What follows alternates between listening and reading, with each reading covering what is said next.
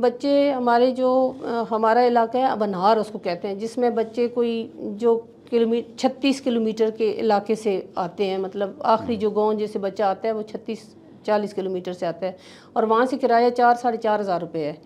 تو جو بچے آتے ہیں وہ اپنی ٹرانسپورٹ، ہم ارادہ صرف فری تعلیم دیتے ہیں، تو ٹرانسپورٹ نہیں ہے، بچے خود آتے ہیں، اور بہت سارے بچے ہمارے پھر اس وجہ سے چھوڑ کے بھی جاتے ہیں، کیونکہ جب ماں ایک مڈل کلاس فیملی سے بچوں کا تعلق ہے تو 2 بچے آ رہے ہیں اور اسی ایک گاؤں میں آ رہے ہیں، تو ماں باپ اس کو پریفر کریں گے جس نے میٹرک کے بعد فوج میں جانا ہے، یا ان کو امید ہے کہ یہ بچہ نوکر ہو جائے گا، حالانکہ وہ پڑھانا تو دوسرے کو بھی چاہتے ہیں، لیکن پھر وہ اس کے ساتھ استحصال ہوتا ہے، جو اسپیشل بچہ ہے اس کو پھر گھر بٹھا دیا جاتا ہے۔ تو یہ ٹرانسپورٹ کا ہمیں بہت مسئلہ ہے، اور میں آپ کے پروگرام کی وساطت سے وزیر اعلیٰ پنجاب مریم نواز شریف سے